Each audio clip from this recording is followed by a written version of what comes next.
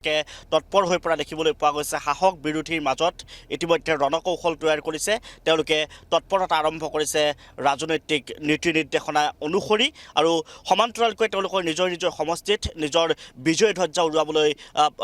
তেওঁলোকে চেষ্টা অব্যাহত ৰাখিছে। আৰু এই মুহূৰ্তত মই ৮৬ নং মাকুম বিধানসভা সমষ্টিৰ বিজেপি যিগৰাকী প্ৰাৰ্থী সঞ্জয় কিষাণৰ সৈতে আছোঁ আৰু পোনপটীয়াকৈ বহুকেইটা প্ৰশ্ন তেওঁৰ ওপৰত আছে। তেওঁক বহুকেইটা প্ৰশ্ন জনতাৰ প্ৰশ্ন এই মুহূৰ্তত সুধিবলৈ চেষ্টা কৰিম। মই প্ৰথমে আপোনাক স্বাগতম জনাইছোঁ। নমস্কাৰ ধন্যবাদ। যিহেতু নিৰ্বাচন সমাগত মাত্ৰ কেইটামান দিন বাকী আছে, এইবাৰ নতুন সমষ্টি মাকুম সমষ্টি তিনিচুকীয়াত দুবাৰকৈ বিধায়ক সমান্তৰালকৈ কেবিনেট মন্ত্ৰীৰ দায়িত্ব লাভ কৰিছিলে আৰু এইবাৰ নতুন দিশেৰে বাট বুলিব লাগিব। কেনেদৰে আগবাঢ়িছে? নিশ্চিতভাৱে এটা সুন্দৰ পৰিৱেশ দেখিছে। আজি দিনটো আমি নমিনেশ্যন যেতিয়া ছাবমিট কৰিবৰ কাৰণে ওলাই আহিছিলোঁ, স্বতঃস্ফূৰ্তভাৱে সকলো জাতি জনগোষ্ঠী সকলো ধৰ্মৰ লোকে অতি আন্তৰিকতাৰে আমাক ইয়াতে সহযোগিতা কৰিছিলে। সকলোৱে উপস্থিত হৈ পেলাই আমাক সাহস আৰু প্ৰেৰণা যোগাইছিলে। গতিকে ইয়াৰ পৰা অনুমান কৰিব পাৰি যে বৰ্তমান এই নতুনকৈ গঠিত এই বিধানসভা সমষ্টিটো আচলতে সকলো জাতি জনগোষ্ঠীৰ মানুহেই ভাৰতীয় জনতা পাৰ্টীক বিচাৰিছে, ভাৰতীয় জনতা পাৰ্টীৰ চৰকাৰখনক বিচাৰিছে। আৰু সেয়েহে আমি আশাবাদী যে আমাৰ কাৰ্যকৰ্তাসকলে ইতিমধ্যে দীৰ্ঘদিন ধৰি পেলাই সাংগঠনিকভাৱে কাম কাজসমূহ অতি শক্তিশালীভাৱে তেওঁলোকে আগুৱাই লৈ গৈ আছে। গতিকে বৰ্তমান যোৱা 10টা বছৰত আমাৰ চৰকাৰখনে সকলো জাতি জনগোষ্ঠীক আগুৱাই লৈ যাবৰ বাবে যিদৰে অতি আন্তৰিকতাৰে কাম কৰিলে, সেয়া কোনোবা এজন শ্ৰমিকো হ'ব পাৰে, সেয়া কোনোবা এজন খেতিয়কো হ'ব পাৰে, সেয়া কোনোবা এজন ষ্টুডেণ্টো হ'ব পাৰে, সেয়া কোনোবা এগৰাকী মাতৃ হ'ব পাৰে, কোনোবা এগৰাকী মহিলা হ'ব পাৰে। গতিকে এই যে এনেধৰণৰ আঁচনিবিলাকৰ জৰিয়তে আজি লাখ লাখ মানুহে উপকৃত হৈছে, ঠিক তেনেধৰণৰ মাকুম বিধানসভা সমষ্টিৰো গাঁৱে হওক, চাহ বাগিচা হওক, চহৰে হওক, সকলোতে মানুহে উপকৃত হৈছে। আৰু সেইকাৰণে মানুহ এতিয়া সাজু হৈ আছে যে আমি পুনৰবাৰ ভাৰতীয় জনতা পাৰ্টীৰ চৰকাৰখন শক্তিশালীভাৱে দিছপুৰত আমি প্ৰতিষ্ঠা কৰিম আৰু আমাৰ অসমখনক সমন্বয়ৰ জৰিয়তে একতাৰ জৰিয়তে প্ৰগতিৰ দিশত আগুৱাই লৈ যাবৰ কাৰণে প্ৰয়াস কৰিম। এই চিন্তা ইতিমধ্যে আমাৰ ৰাইজে কৰিছে, এই সিদ্ধান্ত ইতিমধ্যে আমাৰ ৰাইজে লৈছে। গতিকে সেইকাৰণে আমি আশাবাদী যে এইবাৰ আমি পুনৰ আমাৰ নতুনকৈ গঠিত মাকুম বিধানসভা সমষ্টিক আমি যথেষ্ট বিপুল ভোটেৰে আমি জয়ী হ'ম, ই প্ৰায় নিশ্চিত। এটা কথা মই আপোনাক যদি সোধোঁ তেনেহ'লে ইয়াৰ পূৰ্বৰ যি আচলতে নিৰ্বাচন আছিলে, এই 2021 নিৰ্বাচনত আপুনি তিনিচুকীয়া সমষ্টিৰ পৰা প্ৰতিনিধিত্ব আগবঢ়াইছিলে। প্ৰায় ৭৫,000 ভোটত কিন্তু আপুনি জয়লাভ কৰিছিলে। সমান্তৰালকৈ তাৰ আগৰ দিশটো যদি চাবলৈ যায় তেনেহ'লেও তাত যথেষ্ট ভোটত জয়লাভ কৰা দেখিবলৈ পোৱা গৈছিলে। সমান্তৰালকৈ আৰু এটা বিষয় মই আপোনাক সোধোঁ যে ইয়াৰ যি আচলতে যিগৰাকী সাংসদ সৰ্বানন্দ সোণোৱাল ডাঙৰীয়া আজি আপোনাৰ লগত ইতিমধ্যে আছিলে দিনৰ ভাগত, তেওঁকো আপুনি প্ৰায় 84,000 ভোটত জয়লাভ কৰাইছিলে। এক প্ৰকাৰে আপোনাৰ তিনিচুকীয়া সমষ্টিটো কিন্তু আপোনাৰ পথটো একেবাৰে মসৃণ আছিলে, একেবাৰে সুচল আছিলে। কিন্তু তাত অন্য এগৰাকী প্ৰাৰ্থীক প্ৰক্ষেপ কৰিলে আপোনাৰেই বন্ধু বা আপোনাৰেই অগ্ৰজ হ'ব। সমান্তৰালকৈ আপুনি মাকুম সমষ্টি পালে আৰু সমান্তৰালকৈ এটা কথা কওঁ যে 1,58,000 ভোটেৰে ভোটাৰ্ছ ইতিমধ্যে আপোনাৰ মাকুম সমষ্টিত আছে। তাৰে কিন্তু 3 টাইপছৰ ভোটাৰ্ছ আছে মাত্ৰ 65,000। কেনেদৰে প্ৰত্যাহ্বান যথেষ্ট আছে? নিশ্চিতভাৱে আপোনাৰ সংখ্যাটো অকণমান হয়তো ভুল হ'ব পাৰে। আমাৰ ছাৰ্ভে মতে ইতিমধ্যে ৭৫,000তকৈ অধিক আচলতে আদিবাসী চাহ জনগোষ্ঠীৰ ভোটাৰ আছে আৰু অন্যান্য জাতি জনগোষ্ঠীৰো ভোটাৰ ইয়াতে আছে। আৰু মই সদায়েই দেখিছোঁ যে আমাৰ ভোটৰৰ ক্ষেত্ৰত কোনো এটা জনগোষ্ঠীয়ে মানে জাতীয় চেণ্টিমেণ্ট লৈ পেলাই আচলতে ভোট প্ৰদান নকৰে আৰু বিশেষভাৱে আমাৰ আদিবাসীসকলতে একেবাৰেই নকৰে। কাৰণ আপুনি যদি চাই আমাৰ তিনিচুকীয়া বিধানসভা সমষ্টিতে যদি ডিগবৈ, তাতে আদিবাসী চাহ জনগোষ্ঠী সমাজৰ ভোটাৰ আটাইতকৈ বেছি। আজি যদি চাই আপুনি শদিয়াতো আমাৰ নিৰ্ণয় ভূমিকা ল'ব পৰাকৈ আদিবাসী চাহ জনগোষ্ঠী সমাজৰ ভোটাৰ আছে। তো গতিকে মাকুমতো আমি ভাবোঁ যে আচলতে ভাৰতীয় জনতা পাৰ্টীৰ চৰকাৰখনে আজি সকলো ৰাইজৰ প্ৰগতিৰ বাবে, সকলো ৰাইজৰ উন্নতিৰ বাবে আৰু সমন্বয়ৰ জৰিয়তে অসমখনক আগুৱাই লৈ যাবৰ বাবে আৰু শান্তি প্ৰতিষ্ঠা কৰাৰ বাবে মানুহে ইতিমধ্যে এই চৰকাৰখনৰ পৰা যথেষ্ট উপকৃত হৈছে। আৰু গতিকে ইয়াত জাত পাতৰ কথাটো নাচাই পেলাই মানুহে প্ৰগতিৰ দিশত যাতে আমি আগবাঢ়িব হ'লে ভাৰতীয় জনতা পাৰ্টীকে ভোট দিব লাগিব, এই সিদ্ধান্ত ইতিমধ্যে সকলোৱে লৈ পেলাইছে। আৰু মই ভাবোঁ যে যোৱা বিগত দিনত কংগ্ৰেছে বহু বছৰ তেওঁলোকে চৰকাৰ চলালে, কিন্তু তেওঁলোকে যিদৰে আজি এই 10টা বছৰত যিবিলাক কাম কৰি পেলাই আমাৰ মাননীয় মুখ্যমন্ত্ৰী ডক্টৰ হেমন্ত বিশ্ব শৰ্মা ডাঙৰীয়া আজি লাখ লাখ মানুহক যিদৰে উপকৃত কৰিছে, এনেধৰণৰ কোনো পদক্ষেপে আচলতে কংগ্ৰেছে ল'ব পৰা নাছিলে। আৰু যাৰ কাৰণেই আচলতে মানুহে এতিয়াও সেই তেনেধৰণৰ তেওঁলোকৰ এই ক্ষোভবিলাক এতিয়াও আছে যে তেওঁলোকে ৰাস্তা পদূলি নিৰ্মাণ নকৰিলে, স্কুল কলেজ নিৰ্মাণ নকৰিলে, মেডিকেল কলেজ নিৰ্মাণ নকৰিলে, সুন্দৰভাৱে যিবিলাক ফ্লাইঅভাৰ এতিয়া হৈছে এইবিলাক তেওঁলোকে কোনোদিনে চিন্তা নকৰিলে, ব্ৰহ্মপুত্ৰৰ ওপৰত দলং নিৰ্মাণ নকৰিলে, দুখীয়া লোকসকলৰ কাৰণে যিবিলাক আঁচনি আছিলে সেইবিলাকতো দুনিয়াৰ দুৰ্নীতি আছিলে, চাকৰি মানুহে কিনি পেলাই ল'বলগীয়া হৈছিলে, সৰুকৈ এটা আঁচনিৰ কাৰণে মানুহে পইচা দিবলগীয়া হৈছিলে। গতিকে আজি তাৰিখে সেই দিনবিলাক উকলি গ'ল। আজি মানুহে ঘৰতে বহি পেলাই বহুবিলাক সুবিধা তেওঁলোকে অতি নিকাভাৱে পাবৰ কাৰণে সক্ষম হৈছে, চৰকাৰী সুবিধা পাবৰ কাৰণে সক্ষম হৈছে। আৰু তেনে ক্ষেত্ৰত মই কোনো কাৰণতে নাভাবোঁ যে কোনোবা এটাও ভোট কোনোবাই কংগ্ৰেছক দি পেলাই নিজৰ ভোটটো নষ্ট কৰিবৰ কাৰণে প্ৰয়াস কৰিব। বিষয়টো কিন্তু যদিও আপুনি সেই উত্তৰটো দিছে, তাৰ মাজত কিন্তু বহুকেইটা প্ৰশ্ন ইতিমধ্যে উত্থাপন হয় যে 2014 চন বা 2016 চনৰ পৰা যেতিয়া বিজেপি চৰকাৰখন আহিছিলে, কেন্দ্ৰতেই হওক বা ৰাজ্যতেই হওক, তাৰপিছত দুবাৰকৈ শাসনাধিষ্ঠ হ'ল, দুবাৰকৈ ইতিমধ্যে শাসনভাৰ দখল কৰিলে, 10 বছৰ দিন ৰাজ্যত বিজেপিয়ে শাসনকাল চলালে। কিন্তু এই ক্ষেত্ৰত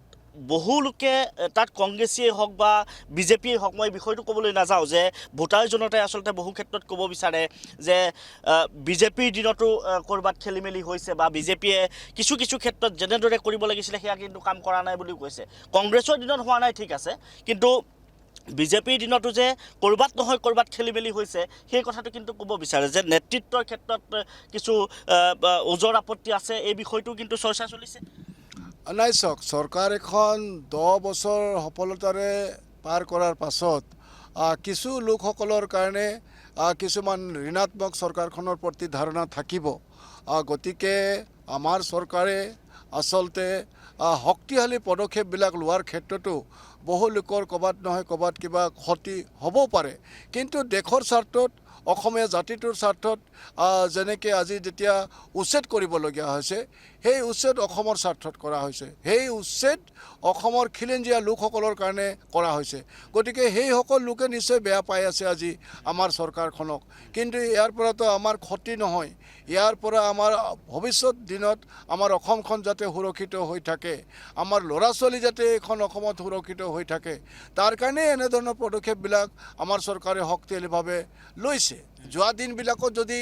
এই পদক্ষেপ কংগ্ৰেছ চৰকাৰে লোৱা হ'লে আজি লাখ লাখ বিঘা মাটি, আজি ফৰেষ্টৰ মাটি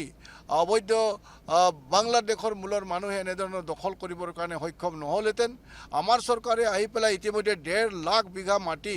ইতিমধ্যে উচ্ছেদ কৰি পেলাই উক্ত জেগাসমূহ খালী কৰিছে। তাৰ লগতে কিমান আমাৰ নামঘৰ, কিমান সত্ৰৰ ভূমি ইতিমধ্যে বেদখল মুক্ত কৰি পেলাই আজি অসম চৰকাৰে নিজৰ হাতলৈ আনিছে আৰু সত্ৰসমূহক ৰক্ষা কৰিছে, নামঘৰসমূহক ৰক্ষা কৰিছে। তো গতিকে এইবিলাক কৰিবলৈ যাওঁতে যিবিলাক মানুহে সদায় অসমখনক অশান্তি কৰি ৰাখিব বিচাৰে, সদায় অসমখনক অস্থিৰতা আনিব বিচাৰে, সেইসকলে আচলতে বেয়া পায়। গতিকে ইয়াত আমাৰ কোনো ক'বলগীয়া নাই। আমাৰ মাননীয় মুখ্যমন্ত্ৰী ডাঙৰীয়া অসমৰ প্ৰত্যেকটো জাতি জনগোষ্ঠীৰ লগতে খিলঞ্জীয়া লোকসকলৰ সুৰক্ষাৰ বাবে, আমাৰ অসমখনৰ সুৰক্ষাৰ বাবে এনেধৰণৰ পদক্ষেপবিলাক লৈ আছে আৰু আগন্তুক দিনতো লৈ থাকিব। আমি অসমখনক যদি ভাৰতবৰ্ষৰ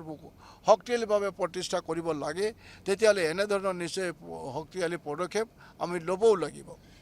তাৰ মাজতে বিষয়টো মই সোধোঁ যে উচ্ছেদ কৰিছে সকলোৱে তাত সঁহাৰি জনাইছে ছাপোৰ্ট কৰিছে বা সেই বিষয়টোক সকলোৱে আচলতে ধন্যবাদৰ পাত্ৰ হৈছে ৰাজ্য চৰকাৰখন বা কেন্দ্ৰ চৰকাৰকো আচলতে ধন্যবাদৰ পাত্ৰ কৰিছে কিন্তু এই বিষয়টো যে উচ্ছেদৰ নামত ৰাজনৈতিকৰণ যোনটো বিষয় যে হিন্দু মুছলমানৰ যোনটো ৰাজনৈতিকৰণ বিষয় বা মুছলমানক এক প্ৰকাৰে খিলঞ্জীয়া মুছলমানকো ক'ৰবাত নহয় ক'ৰবাত যেন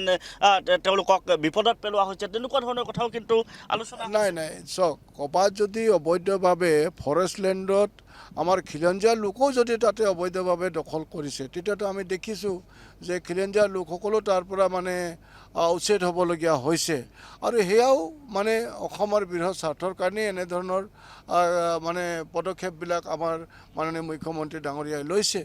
গতিকে ইয়াত আচলতে কোনোৱে বেয়া পাবলগীয়া কোনো কথা নাই বুলি পেলাই মই ভাবোঁ হয়। আৰু এটা বিষয় মই ইয়াৰ মাজত সোধোঁ আপোনাৰ পুনৰ সমষ্টিলৈ মই ঘূৰি আহিছোঁ মাকুম সমষ্টি যে আপোনাৰ বিপৰীতে কিন্তু আৰু এজন প্ৰাৰ্থী থিয় হৈছে শিৱনাথ চেতিয়া তেওঁ পূৰ্বতে ডিগবৈ সমষ্টিত প্ৰতিনিধিত্ব আগবঢ়াইছিলে বাৰু তেওঁ তাত পৰাজয় বৰণ কৰিবলগীয়া হৈছে এইবাৰ শিৱনাথ চেতিয়া কেনেবাকৈ সঞ্জয় কিষাণৰ প্ৰত্যাহ্বান হৈ উঠিব নেকি? নাই চাওক নিৰ্বাচন মানেতো প্ৰত্যাহ্বান থাকিবই গতিকে মই পুনৰ কৈছোঁ আপোনাক যে মানুহে এতিয়া এখন শান্তিপূৰ্ণ অসম বিচাৰে মানুহে অসমখনক প্ৰগতিৰ দিশত আগুৱাই লৈ যোৱাটো বিচাৰে মানুহে এইখন অসমত উন্নয়নৰ গংগা বোৱাই দিয়াটো বিচাৰে আৰু যিদৰে আমাৰ চৰকাৰখনে এক শক্তিশালী পদক্ষেপ ইতিমধ্যে গ্ৰহণ কৰি আজি যদি চাই তিনিচুকীয়া বিধানসভা সমষ্টিতে মোৰ নেতৃত্বত এখন মেডিকেল কলেজ আমি পালোঁ কেঞ্চাৰ ইনষ্টিটিউট পালোঁ সুন্দৰকৈ আমি চাৰ্কেট হাউচ পালোঁ সুন্দৰকৈ আমি কনভেনশ্যন হল পালোঁ সুন্দৰকৈ 1000 মানুহ বহিব পৰা এটা অডিটৰিয়ামৰ কাম ক্ষিপ্ৰতাৰে চলি আছে তো গতিকে এই যে এনেধৰণৰ কামবিলাক চোৱাৰ পাছত মানুহেতো নিশ্চয় ভাবি লৈছে যে নাই যোৱা দিনবিলাকত কংগ্ৰেছে এনেধৰণৰ কামটো কেতিয়াও নকৰিলেই আজি যেতিয়া আমি 5-10 বছৰ ভিতৰত ইমান কৰিব পাৰিছোঁ তো গতিকে কংগ্ৰেছে কিয় নকৰিলে আৰু সেইকাৰণে কংগ্ৰেছে কোনোৱে বিশ্বাসত ল'ব পৰা নাই আৰু এইবাৰো নল'ব আৰু সেইকাৰণে আমি প্ৰগতিৰ দিশত আগুৱাই লৈ যাবলৈ হ'লে আমাৰ অসমৰ মানুহে আমাক সঁহাৰি জনাবই গতিকে সেই আশাৰেই মই ক'ব বিচাৰিছোঁ যে আমি সকলো ৰাইজৰে সহযোগিতাৰে আমি এইবাৰ বিৰাট সংখ্যক ভোটত আমি জয়ী হ'ম। শেষত এটা প্ৰশ্ন সোধোঁ যে অসমৰ ৰাজনীতিত হিমন্ত বিশ্ব শৰ্মাক আপোনাৰ দৃষ্টিৰে কি বুলি ভাবে? নাই চাওক তেওঁ মোৰো ৰাজনীতিক ক্ষেত্ৰখনত মোৰ পথ প্ৰদৰ্শক হিচাপে আছে তেওঁ যিবিলাক শক্তিশালী পদক্ষেপ গ্ৰহণ কৰিছে সঁচাই এই পদক্ষেপসমূহক মই শ্ৰদ্ধা কৰোঁ আৰু অসমৰ স্বাৰ্থৰ খাতিৰতে তেওঁ এনেধৰণৰ পদক্ষেপবিলাক লৈছে মই আজি প্ৰায় 10টা বছৰেই এইখন চৰকাৰৰ লগত আছোঁ গতিকে তেওঁ যিদৰে পদক্ষেপ লয় তেওঁ যিদৰে অসমখনক চলাই যাবৰ কাৰণে প্ৰয়াস কৰে গতিকে এয়া সঁচাকেই আন্তৰিকতা লাগিব আজি যদি আমি চাওঁ বিশেষভাৱে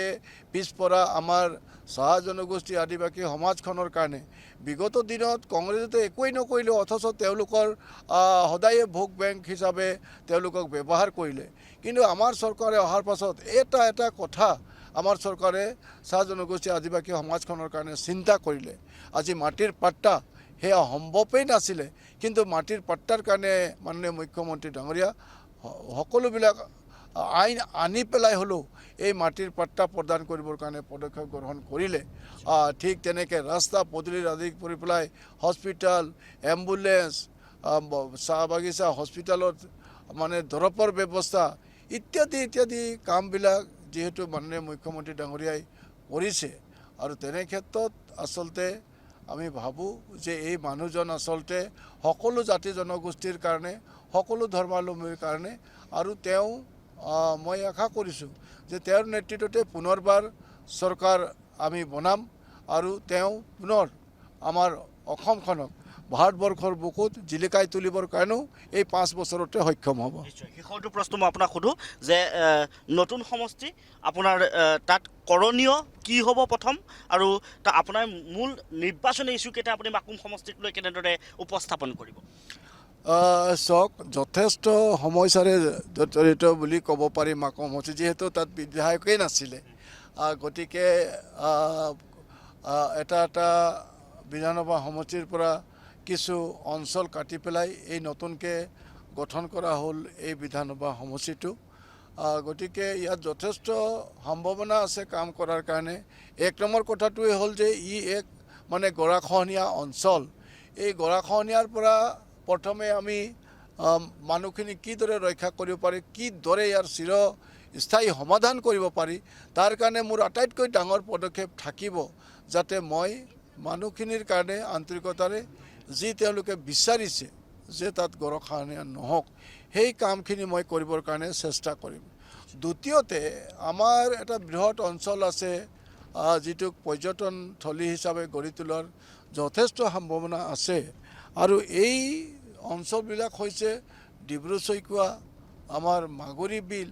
আৰু ইয়াত হাজাৰ হাজাৰ পৰ্যটক ইতিমধ্যে আহিবৰ কাৰণে আৰম্ভ কৰিছে তো গতিকে মই এই দুটা আমাৰ যি আমাৰ এই মাকুম বিধানসভা সমষ্টিতেই অন্তৰ্গত আছে গতিকে এই দুটা ক্ষেত্ৰক টুৰিজিম ক্ষেত্ৰ হিচাপে গঢ়ি তুলিবৰ কাৰণে মই শক্তিশালী পদক্ষেপ গ্ৰহণ কৰিম যাতে টুৰিজিমৰ পৰাই আমাৰ শিক্ষিত যুৱক যুৱতীসকলে সংস্থাপিত হ'ব পাৰে আৰু ই যথেষ্ট ভৱিষ্যতে এই সম্ভাৱনা আছে তাৰ লগতে মই যেতিয়া আহিছোঁ ৰাস্তা পদূলিৰ অৱস্থা একেবাৰে নাই এটাকৈ ৰাস্তা মই নিৰ্মাণ কৰিব লাগিব যিদৰে আমি যোৱা 10টা বছৰে তিনিচুকীয়া বিধানসভা সমষ্টিৰ চুকে কোণে আমি ৰাস্তাবিলাক নিৰ্মাণ কৰিছিলোঁ আৰু ৰাইজক আগবঢ়াই দিবৰ কাৰণে আমি সক্ষম হৈছিলোঁ তো গতিকে আৰু আপুনি যদি চাই ভাল কলেজ এখন আজি আমাৰ নতুনকৈ গঠিত এইখন বিধানসভাত আমি দেখা নাপাওঁ গতিকে ভাল কলেজ এখন যাতে আমি প্ৰতিষ্ঠা কৰিব পাৰোঁ হাই ছেকেণ্ডেৰী এখন যাতে ভালকৈ প্ৰতিষ্ঠা কৰিব পাৰোঁ ভাল এখন প্ৰায় দুখযুক্ত বিচনাৰে এখন চিকিৎসালয় যাতে ইয়াতে প্ৰতিষ্ঠা কৰিব পাৰোঁ যাতে ৰোগীসকলে ইয়াতে থাকি তেওঁলোকে চিকিৎসা গ্ৰহণ কৰিবৰ কাৰণে সক্ষম হ'ব তো গতিকে এনেধৰণৰ বহু কামেই আছে ৰাস্তা পদূলিৰ পৰা আদি কৰি পেলাই মই চেষ্টা কৰিম যাতে এই মানে তিনিচুকীয়া বিধানসভা সমষ্টিটো যিমানবিলাক প্ৰত্যাহ্বান আছে সেই প্ৰত্যাহ্বানসমূহ মই গ্ৰহণ কৰি পেলাই মাননীয় মুখ্যমন্ত্ৰী ডাঙৰীয়াৰ আশীৰ্বাদেৰে এইসমূহ কাম কৰিবৰ কাৰণে মই প্ৰয়াস কৰিম নিশ্চয় ধন্যবাদ জ্ঞাপন কৰিছোঁ এয়া হৈছে সঞ্জয় কিষাণ আৰু তেওঁ ইতিমধ্যে কৈছোঁ যে নতুন বিধানসভা সমষ্টি মাকুম আৰু বহু সমস্যাৰে জৰ্জৰিত এটা সমষ্টি আৰু সেই প্ৰতিটো সমস্যাক মূৰত লৈ তেওঁ প্ৰত্যাহ্বান নেওচি এবাৰ আগুৱাম বুলি ইতিমধ্যে তেওঁ কৈছে আৰু আমি আপোনালোকক সেয়া পৰিৱেশ এই মুহূৰ্তত দেখুৱাইছোঁ সেয়া তেওঁৰ মন্তব্য আমি আপোনালোকক শুনাইছোঁ পৰৱৰ্তী সময়তো আমি অন্য এজন ৰাজনৈতিক নেতাৰ সৈতে কথা পাতিবলৈ চেষ্টা কৰিম কিছু কথা আমি আপোনালোকক শুনাবলৈ চেষ্টা কৰিম ধন্যবাদ যিকোনো খবৰৰ বাবে যোগাযোগ কৰক আমাৰ এই নম্বৰত 9181 307 2221